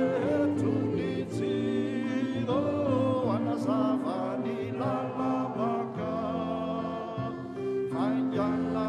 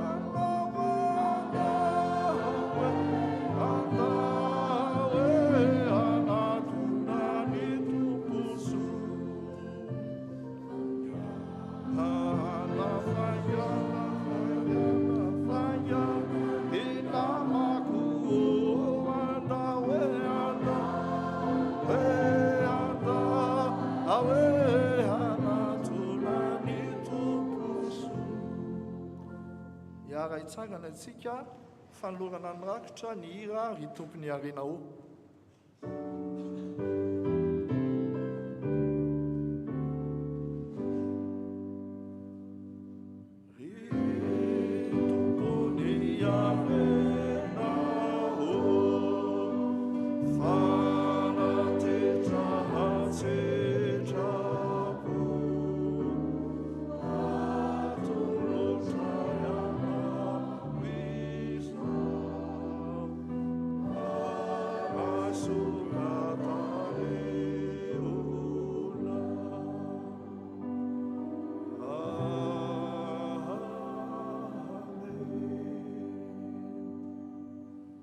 Petrakitsika arak'izay voalaza teo moa zany a dia tonga eo amin'ny fijoroana asa vavolombelona isika dia ataontsika ny hira fa 570 ny andiny voalohany a dia miakatra ety anoloana zany arak'izay voalaza teo ny amin'ny anaovantsika ny famangina ny ireo manamanjo 570 andiny voalohany tsara lova ry Jesoa.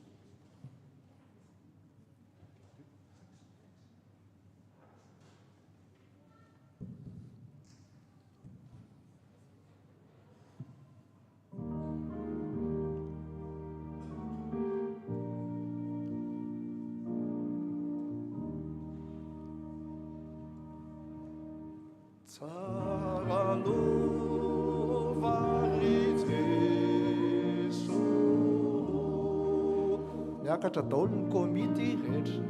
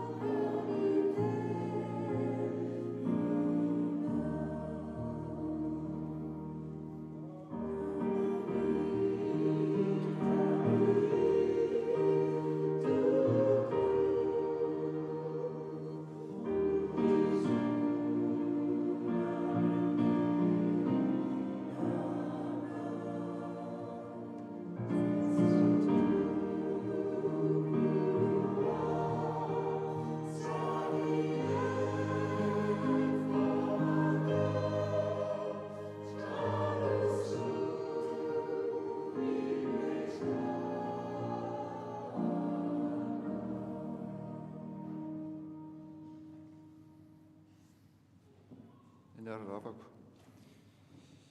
mijoro eto ny fiangonana avana namana mpiara-miangona tsy tapaka eto amin'ny FPMX Marseille izay miory aminareo amin'izao fotoana manjombona hiatran'ny fianakaviana izao. Amangy amin'ny fahoriana ny fiangonana amin'ny nalasany amin'ny fianakaviana Razafintsamaina dia ny reny tonton Robin sy taty Arsoa zany dia tompoko vavy Noeline izay reny bebe ary koa mpivavaka eto amin'ny fiangonantsika. Eo ihany koa famangina aoriana any taty Miora izay nafoniny Antoa ny tompoko vavy Ravelo Arsoa Albertine ary faran'izany dia famangina ny fahoriana izay nafozany Riantsoa Anrainy tany Madagasikara tamin'ny 13 Desambra teo. Dia miara-miora aminareo ny fiangonana, trotram-bavaka anareo hatrany, mahereza ary akino amin'ny tompo ny zavatra alahelonareo rehetra izany hoe afaka ny alahelonareo ary amafany ranomasonareo hitrotronareo amin'ny asa mafy mbola ohatrehanareo anatanterahana ny isan'ny fanaterana ny havanareo any amin'ny raitsika.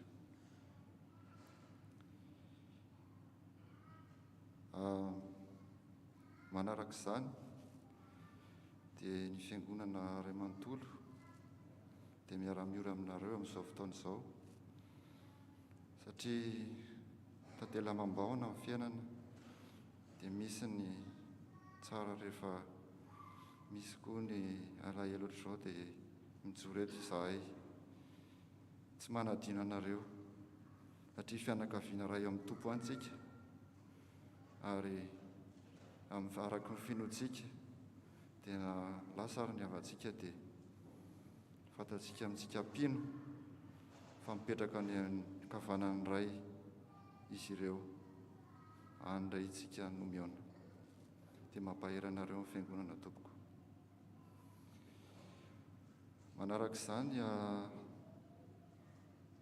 amin'ny mahamalagasy atsika amin'ny fomba malagasy tsy hita izay maharatsy azy ary ny fanandrify tsara amin'ny fiainantsika kristianina dia misy fanolorana fodrany maso-kely atolotra ny fiangonana amin'izao fotoana izao.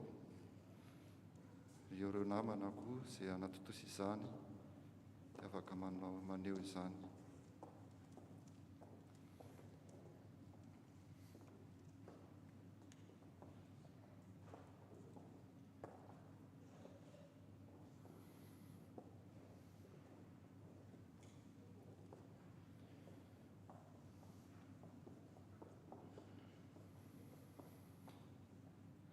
Saotra tompoko. Ny fotoana dia ho faranantsika ary apetraka hatrany amin'ny fitondranam-bavaka fianakaviana aokantsika hivavaka. Tompo, mangataka aminao izahay mba hitondranao ireto fianakaviana ireto eny am-pelantananao, mba trotroy izy ireo ary ampangino ny alahelony Tompo, satria fantatray fa ianao no mame, ianao koa no maka, kanefa ianao dia tia anay hatrany Tompo, ka fantatray hatrany fa ireo hafanay lasa dia eo anilanao ihany fa tsy aiza akory. Izahay Tompo dia mbola noho ny dianao ny tsara, ny asa tsara araka ny voateny teo dia ny makatoa ny teninao ary manao ny sitraka ao hatrany amin'ny vavaka izany, amin'ny fanatrehana avy tao amin'ny fivavahana ary koa ny fiainam-piangonana izay tsy maintsy hatrehanay Tompo. Hitohy hatrany any amin'ny fitiavanay ary ankinina aminao hatrany ireto fianakaviana ireto. Amin'ny anaranao Jesosy Kristy nanaovana favaka izany. Amen. Azo mipetraka amin'ny fiangonana ary tonga dia mitohy ngambany ny famangina koa ny ray aman-dreny izay 70 taona mihoatra. Saotra tompoko.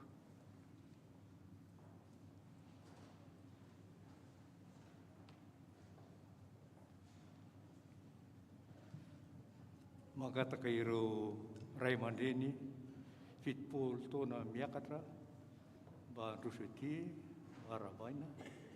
Tamin'ny heriny moa dia efa nisy ny fiarabana ireo ray aman-dreny ary dia mbola mitohy androany izany.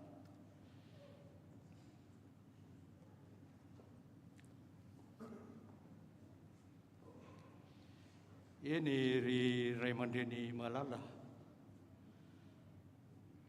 Fady tokoa ny fiangonana miaravanareo nahatratra ny taona 2022. Faly izahay satria mbola manana ray aman-dreny mijoro hatrany miaraka amin'ny fiangonana amin'izao fotoana izao. Misy tenin'Andriamanitra hovakina amintsika amin'izao fotoana izao. Zany dia hita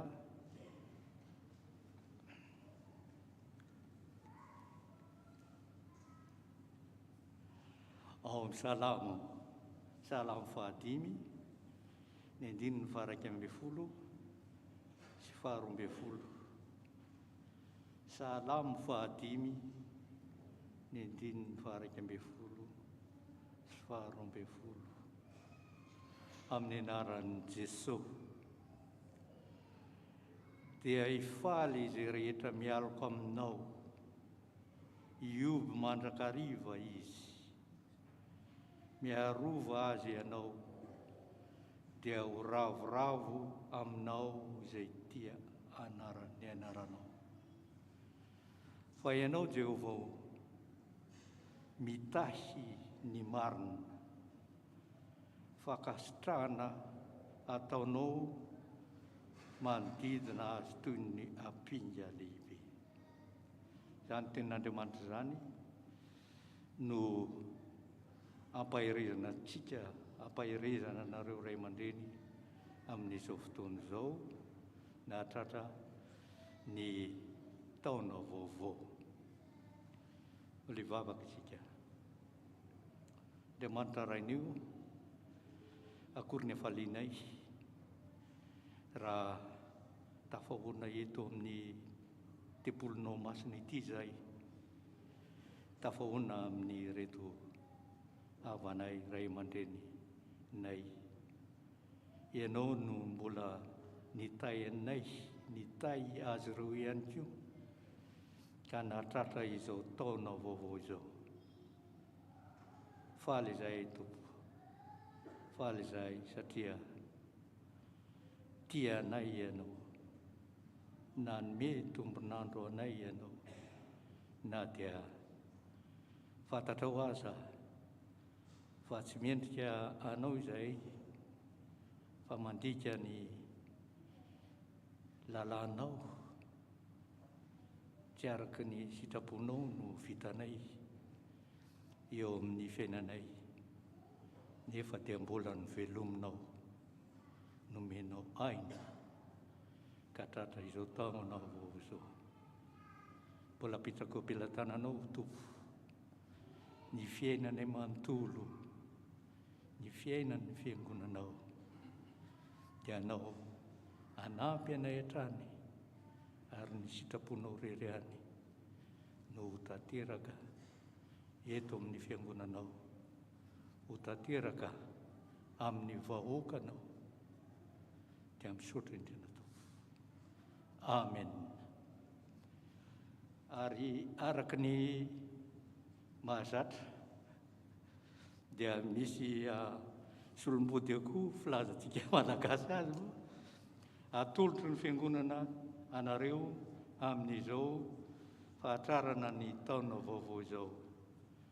Dia ilay Andriamanitra manakaripahasoavana ny hiaraka aminareo hatrany ary ny fiadanany ho amintsika rehetra, ho azy rerim-boninahitra.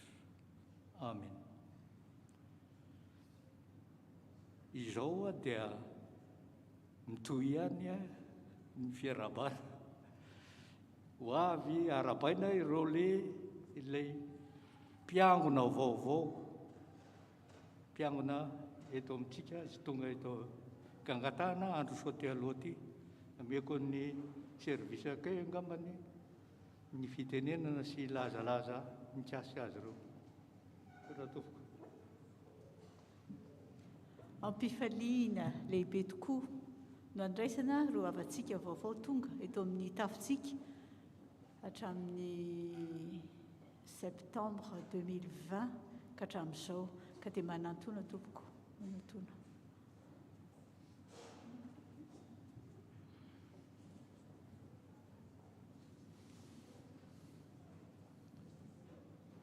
Mandroso ary tompoko.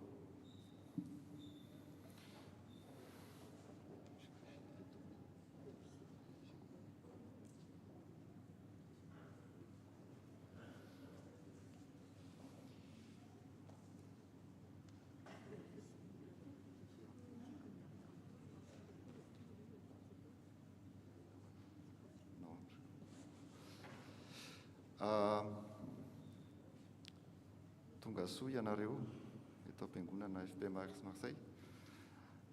Mety aminareo ngamba mifangatahana dia mba ho hitan'ny fiangonana dia mitodika vari amin'ny fiangonana zafady indrindra.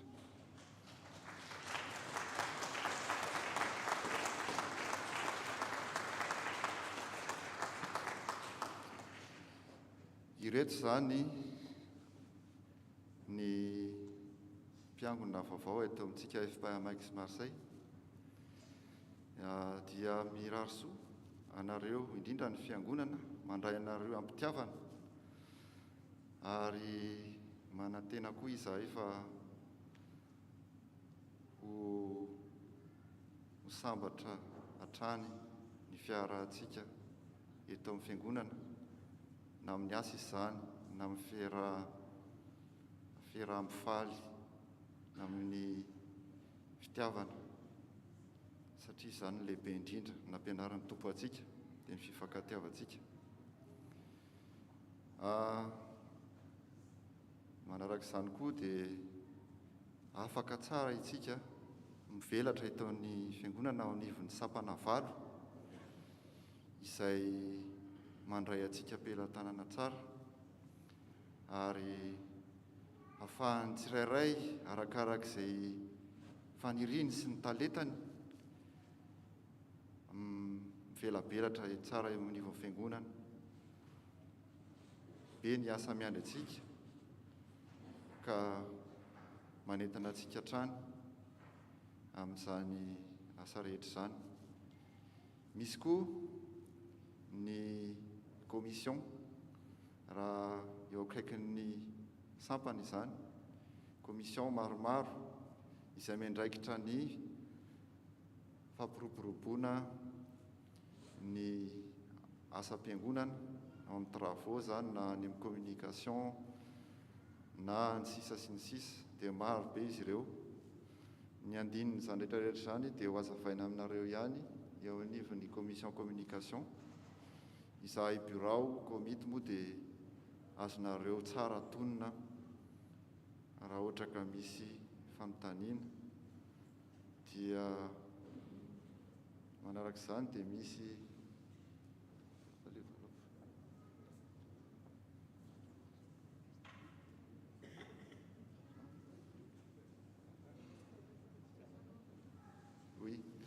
misy angatahana kely zany tsika hoe raha afaka omena micro dia monsieur présenté amin'ny fiangonana mba ho fantatra hoe iza ny anarana dia hoe avaiza. Azafady raha mety tsika fa tsy voatery koa ilay izy saotra tompoko raha afaka makany mitodika vary ihany saotra tompoko. Bonjour, je suis très heureuse d'être accueillie dans cette église. Je m'appelle Rianto Anjumana et je viens de Madagascar. Ça fait 13 ans que je suis en France et j'étais pas à Marseille. Voilà.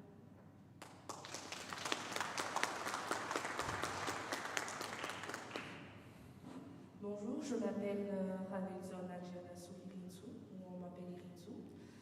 Et ça fait 3 ans que je vis en France et je suis arrivée à Marseille il y a en mois de septembre.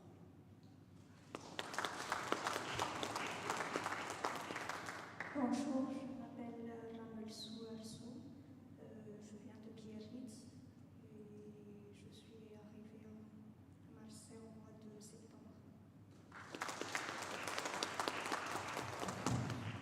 Raha indray manantena antitra avy any amin'ny Île de la Réunion, mipetraka efa 12 taona tany no voatery ny findreto fa mianatra ny zanako izay eto akaiky eto dia izy koa anonona ny anarana.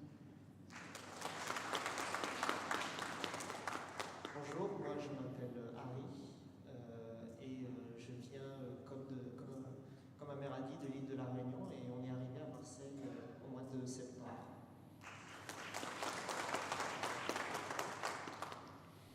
Raha-batoliko, izay efa mianaka dia fianakaviana Rajonina Andehanjaka, manitra ny anarako Alexia Tojoaina dia bakolo ny vadiko.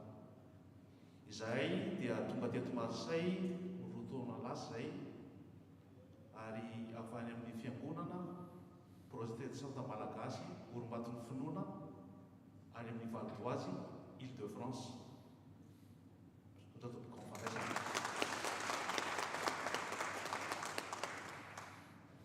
Ravakara Bearmaka dia ny zanako miay tonga teto à France taty à Marseille tamin'ny janvier 2021 avy any a Madagascar avy any amin'ny fiangonana FGKM Cathédrale Analakely. Randeha mampianatahina soa avy any Madagasikara avy amin'ny FGKM Soamosoany Fiavozana mpitsabo tonga miofana eto à Marseille ao à Aix. Sotra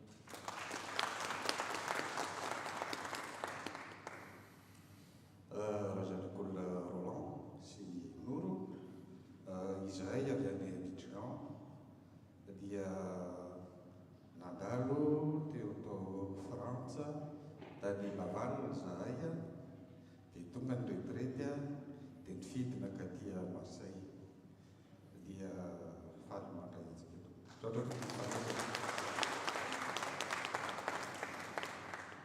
Kanto Radiviarso, tonga teto Frantsa tamin'ny faharovolana septambra avy any Madagasikara.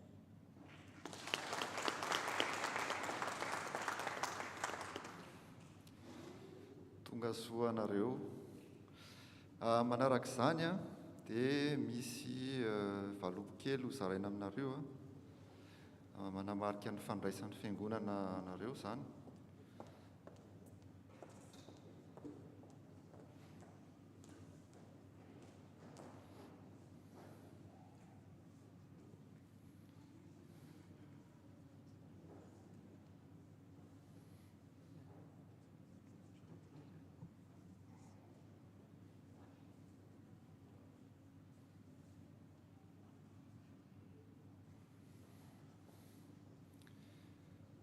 Dia ho farana antsika mivavaka izao fotoana izao tompoko. Mivavaka isika. Mamerina fisaorana anao izay tompo amin'reto vahoakanao marobe reto tonga eto fiangonanao FPM Aix Marseille manatevin-daharana amin'ny fiangonanao tompo. Ny rarianay tompo dia ho tantaninao izy ireo mba hanao ny soa sy tsara hatrany ny fiangonanao. Ampio izy ireo tompo amin'ny faniriany anaty tosa izany fanomponanao izany ary mangataka aminao izany fitahinao aminay hatrany. Omeo fitiavana izahay tompo, omeo fahendrena. Omeo izay rehetra tsy takatry ny sanay fa ianao mahalala azy, ahafahanay miara-miasa tsara amin'reto havanao malala ireto tompo, satria ianao no naniraka azy ireo ary izahay tompo dia mandray ampitiavana hatrany. Amin'ny anaranao Jesosy Kristy nandramana zavavaka izany. Amen. Afaka mipetraka amin'ny fiangonana tompoko.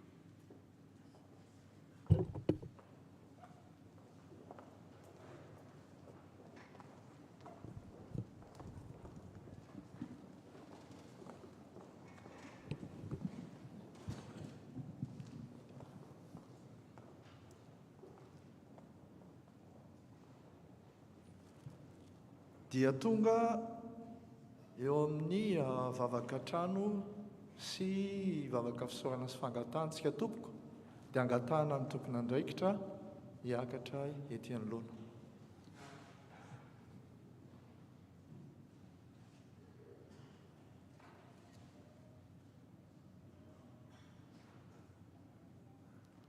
dia ary vavakantsika tompoko. Misaotra sy midira ary mankalaza ny anaranao izay Andriamanitra ray zanaka fanahy masinao.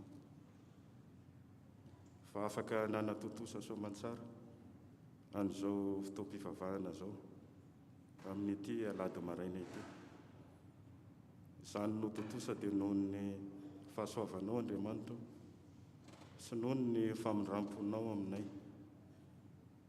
Mbola nomenao anay fotoanandro ahafahanay mandray ny afatra avy aminao amin'ny fotoana izay ivaniananay ety an-tany. Ary dia misaotra anao ihany koa izahay ny amin'izao trano fiangonana nomenao anay izao, ahafahanay miombom-bavaka aminao sy mandray ny afatrao eto isan-kalahady. Isaoranay anao ny asa izay vita rehetra tamin'ny fanatsarana n'izao toerana izao, ary mbola angatanay aminao ny fantotosan'ny ny asa rehetra izay mbola tsy vita, ary dia mangataka aminao izahay ianao ny asa ho ampon'ny fiangonana tsirairay avy mba hitondra ny anjara birikina amin'ny fanatanterahana ny fanavaozana sy fanatsarana n'izao tempolonao izao. Mivavaka izahay ho anareo izay tsy salama, lazony ny aretina. Ianao no ampahery azy ireo Andriamanitra, ianao no anasitrana. Raha ny marina dia efa 2 taona lasa misitrana izahay, satria 2 taona lasa no nikapohana anao ary dia kapoka taminao no nanasitranana anay. Kanefa noho ny tsy finoanay izany teninao izany, na noho ny tsy fahafantaranay an'izany, dia mitoetra ao anatin'ny aretina izahay. Ka dia meo anay ny finoananao ry Tompo, mba handray ny teny fikasanao fa ny dia kapoka taminao nefa nanasitrananao ny marary rehetra. Vavaka aminao izahay ny amin'ny nidona-pahoriana. Ny teninao dia milaza fa mampianara anay anisan'ny andro iainanay. Tapitra ny fehim-potoana hiantsonao ny mpanomponao izay lasany aminao, ary mivavaka izahay ho an'ny mpanomponao izay mbola manohy ny dia ety an-tany, ampaherezo, ampionony. Fa ny olona no mandao fa ianao Jesosy Kristy dia mitoetra mandrakariva eo anilanay sy eo anilan'ny mpanomponao tsirairay avy. Mahatsiaro am-bavaka izahay ireo izay mandalo ady fahasairanana amin'izao fiainana izao. Mampatsiarovy azy ry Tompo fa ianao no mpamonjy mora azo indrindra amin'ny fahoriana, ka dia ampianaro izay hiankohaka aminao, hiantehitra aminao fa tsy hiantehitra amin'ny herinay, na hiantehitra amin'ny olom-patatra, na hiantehitra amin'ny zava-misy, fa tsy hisy azo hiantehrana fa tsy ianao ry Jesosy Kristy izay mpamonjy mora azo indrindra amin'ny fahoriana. Mahatsiaro am-bavaka izahay ireo mpanomponao izay vao natsangana teo no tao aminao eto amin'ity toerana fivavahana ity, handray ny afatra ho eto, dia niangatana aminao ry Tompo mba azahoany tokoa aim-panahy eto amin'izao fiangonana izao, ary ihany koa mba hitondrany anjara biriky eo amin'ny fitoriana ny filazantsaranao, mba hitombony mba hinday ny fanjakanao eto amin'ity fiangonana ity. Mahatsiaro am-bavaka izahay ny pasteur Zano Mianakavy Randrenandrasana eo amin'ny asa izay nampandraketinao azy hitondra n'izao fiangonana izao. Ianao aneny hanome azy hery, tanjaka, fahasalamana ary tolo-tsaina avy amin'ny fanainao masina mba hitondran'ny fiangonanao araka ny sitraponao. Mahatsiaro am-bavaka izahay ny barao-piangonana rehetra, ny komity-piangonana rehetra ary ny sampana rehetra, mba samy ho fenoanao ny fanainao araka ny teninao, ho ray ihany izy rehetra tahaka ny maha iray antsika. Ka dia ampitero aminay ny fanainao ry Kristy io mba ny voninahitra no isandratra amin'izao fiangonanao izao. Izany vavaka izany dia farananay amin'ny vavaka nampianarinao manao hoe renaiza ny an-danitra mamasinanay ny anarana tonganay ny fanjakanao tahony sitraponao iatỳ tany tahaka ny any an-danitra miananay izay anasasaranay ary mamelany eloko hoe tahaka namelanay izay meloka taminay ary azo mitondra anay ny fakapanao manafahany amin'ny ratsy anao ny fanjakana sy ny hery ary ny voninahitra mandrakizay. Amen.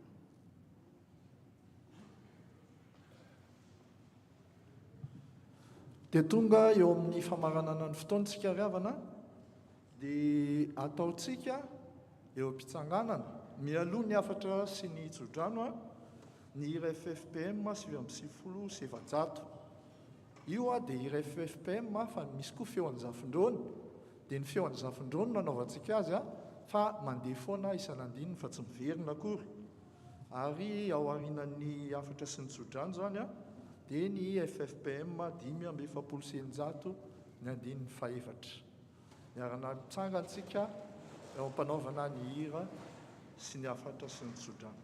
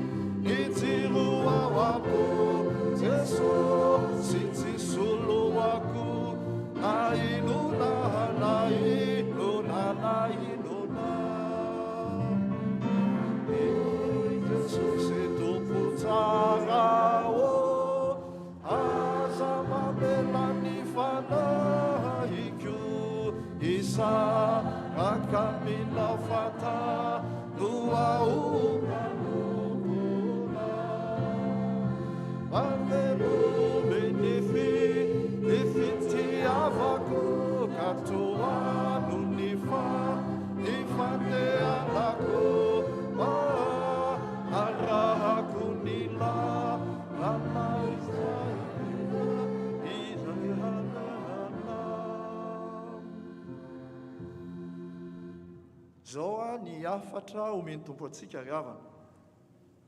Koa amin'izany mangataka aminareo rahalahy noho ny famindrapon'Andriamanitra mba hatolotrareo ny tenanareo ho fanatitra velona, masina, sitrak'Andriamanitra dia fanompom-panahy mety ataonareo izany. Ary aza manaraka ny fanaon'izao tontolo izao fa miova amin'ny fanavaozana ny saina hamantaranareo ny sitrapon'Andriamanitra dia izay tsara ankasitrahana no marina. Raiso ny tsodrano. Ary Andriamanitra ny fiadanana ny hahamasina anareo samy tanteraka ka aoka arovana avokoa ny fanahinareo sy ny ainareo ary ny tenanareo ho tanteraka ka tsy hanantsiny amin'ny fiavian'i Jesosy Kristy Tompontsika. Amen.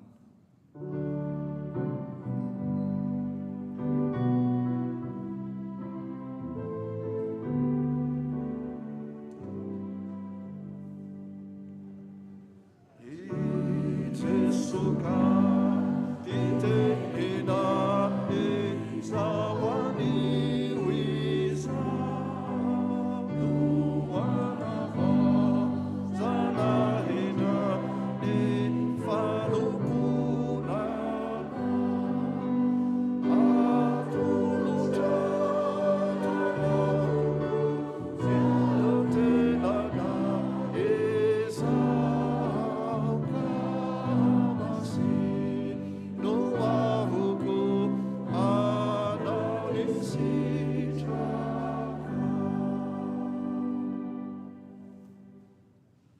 voninahitra ho an'Andriamanitra ray sy zanaka ary fanahy masina izay hatramin'ny taloha indrindra ka ho mandrakizay. Amen. Mandehana ka manompoa ny tompo.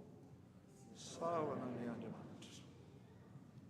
Dia bon dimanche daholo tompoko. Sotra tompoko.